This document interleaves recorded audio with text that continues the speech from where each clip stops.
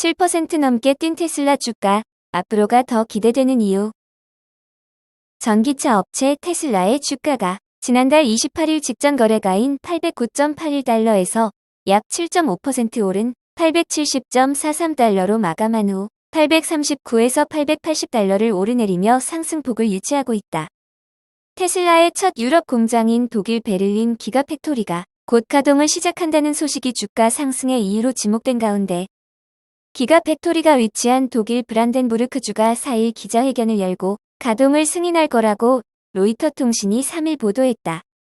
로이터 통신은 주정부는 이미 성명을 통해 브란덴부르크주 그르나이델에 있는 미국 테슬라의 전기차 배터리 공장에 대한 승인 절차가 거의 완료되고 있다고 전했다며, 특정 조건이 충족되면 4일 테슬라의 50억 유로 규모의 기가팩토리를 승인할 것이라고 밝혔다. 베를린 기가팩토리는 미국 네바다와 뉴욕, 상하이 등에 이은 테슬라의 네 번째 생산 공장이다.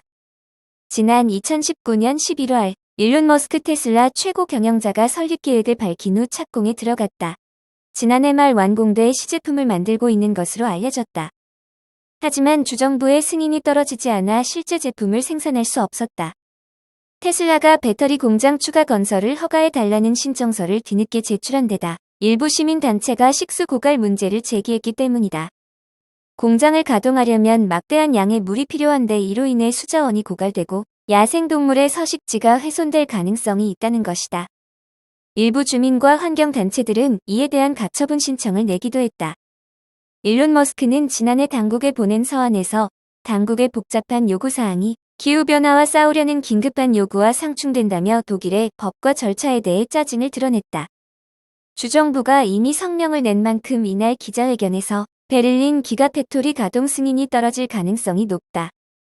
이에 따라 테슬라의 생산력이 대폭 증가할 것으로 보인다. 테슬라는 지난해 전 세계에 93만 6,222대의 전기차를 판매했다. 자동차 업계에서는 테슬라가 기존 공장을 증설하고 새 공장이 가동되면서 올해 판매량이 200만 대에 달할 것으로 보고 있다. 기지별 생산 규모는 미국 캘리포니아주 프리몬트 공장에서 60만 대, 중국 상하이 기가팩토리 45만 대, 베를린과 오스틴 기가팩토리에서 각각 50만 대다. 베를린 기가팩토리의 가동은 폭스바겐에 밀리고 있는 테슬라의 유럽 시장 점유율을 높이는 키가 될 수 있다는 점에서 의미가 있다. CNBC는 작년 말 폭스바겐의 유럽 전기차 시장 점유율이 상반기 기준 26%로 테슬라를 앞서고 있다고 전하며 그 이후로 지역 거점 생산, 브랜드 친화성, 저렴한 가격을 꼽았다. 작년 한 해 테슬라의 유럽 시장 내 전기차 판매량은 30만 9천 대로 폭스바겐 판매량을 바짝 쫓고 있는 만큼 현지 공장의 이점을 살리면 유럽 시장 점유율을 더 높일 수 있을 것으로 보인다. 로이터 통신은 6개월 전 머스크는 폭스바겐이 전기차 판매의 25%를 점유해 테슬라를 앞서고 있는 유럽 시장을 정복하기 위해 이 공장을 보유하기를 희망했다고 전했다. 애플, 3월 8일 애플 이벤트 연다. 아이폰 SE 공개될 듯. 애플이 오는 9일 새벽 3시 애플 스페셜 이벤트를 개최한다는 내용의 공식 초대장을 발송했다. 쿠퍼티노의 애플 본사에서 진행되는 행사는 온라인으로 생중계된다. 이번 애플 봄 시즌 이벤트에서는 보급형 모델인 아이폰 SE 3세대를 비롯해 아이패드 에어 신제품, 애플 자체 실리콘 칩이 탑재된 PC인 맥 시리즈가 공개될 것으로 관측된다.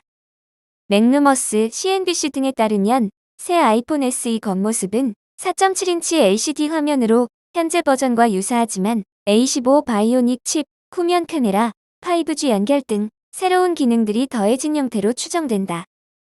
아이패드 에어 신제품도 주요 디자인에서는 큰 변함이 없지만 최신 A 시리즈 칩과 5G 연결 기능을 탑재할 전망이다. 애플의 자체 설계 칩이 탑재된 맥 시리즈가 나올 수도 있다. 맥 미니가 나올 가능성도 배제할 수 없다. 블룸버그의 IT 전문 기자인 마크 거만은 애플이 3월 8일 애플 이벤트를 개최할 것으로 예상한 바 있다. 다만 이후 공식 초대장이 나오지 않으면서 외신에서는 실망스럽다는 반응이 이어졌다. 시장에선 아이폰 SE 신제품을 비롯한 아이폰 판매량 증대 기대감도 나온다. 글로벌 투자은행 JP모건은 아이폰 SE는 10억 명 이상의 프리미엄이 아닌 안드로이드 폰 사용자들을 끌어당길 만한 잠재력을 갖고 있다며 SE 모델의 2022년 판매량도 3천만 대까지 늘 것이라고 말했다. 2022년 아이폰 출하량은 2억 5천만 대로 전년 대비 1천만 대가량 늘 것으로 봤다.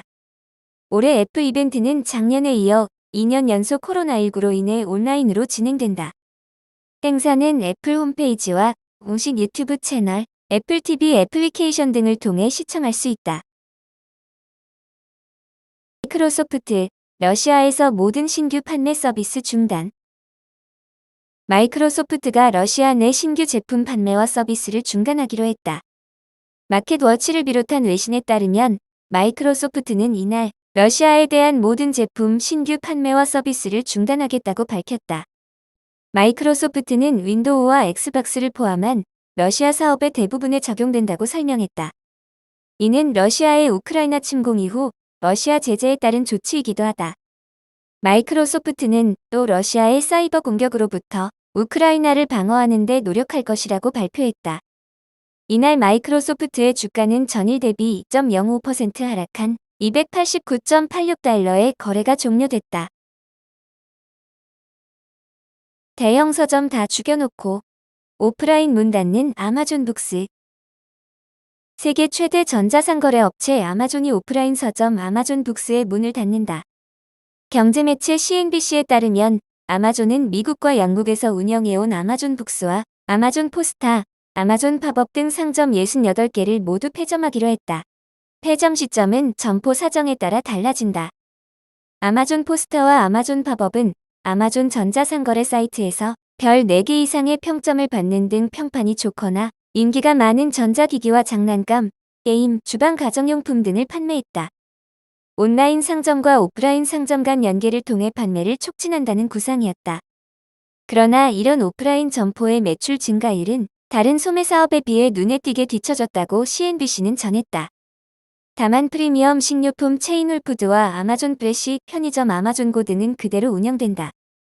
아마존은 식료품점과 미국 로스앤젤레스에 새로 문을 연 의류점 아마존 스타일, 별도의 계산 절차 없이 물건을 들고 나가면 자동으로 결제되는 무인 결제 시스템에 집중하겠다고 밝혔다. 아마존 대변인은 우리는 훌륭하고 장기적인 오프라인 소매 경험과 기술을 구축하는데 여전히 헌신하고 있다고 말했다. 워싱턴 포스트는 아마존 북스가 오프라인에서 고객 데이터를 수집하고 쇼핑 덱의 구매 습관을 추적하는 방편이었다고 지적했다. 온라인 서점으로 출발한 아마존의 성공은 보더스, 반스 앤드 노블 같은 대형 서점 체인이 급격히 쇠락하는 원인이 됐다. 워싱턴 포스트는 아마존이 다른 모든 사람의 서점을 죽인 뒤 자체 오프라인 서점을 없애기로 했다고 꼬집었다. 또 목표가 하향, 리비안 7% 급락, 주간 30% 폭락. 투자은행이 또 목표가를 하향하자 테슬라의 대항마 리비안의 주가가 또 7% 가까이 급락했다. 6증시에서 리비안의 주가는 전거래일보다 6.91% 폭락한 47.39달러를 기록했다. 이로써 리비안은 주간 기준으로 30% 이상 폭락했다. 투자은행 비어드의 전기차 분석가인 조지 지나리카스는 이날 보고서를 내고 리비안의 목표가를 150달러에서 100달러로 하향했다. 그는 보고서에서 최근 발표한 가격 인상 취소가 회사의 신뢰를 추락시켰다며 이같이 목표가를 하향했다. 앞서 리비안은 공급망 문제로 차량 가격을 인상할 수밖에 없다며 R1T 전기 트럭의 가격은 17% 오른 79,500달러로 전기 SUV 차량의 가격은 20% 오른 84,500달러로 각각 인상했다. 이후 주가가 폭락하는 등 시장이 즉각 반응하자 리비안은 부랴부랴 차량 가격 인상을 철회했다. 앞서 지난 2일에도 미국의 투자은행 웰스파고가 리비안의 목표가를 하향했다. 웰스파고는 투자 등급은 보유로 유지했지만 목표가를 110달러에서 70달러로 하향했다. 최근 투자은행의 목표가 하향이 잇따르고 있는 것이다. 이에 따라 리비안은 연일 급락하고 있다.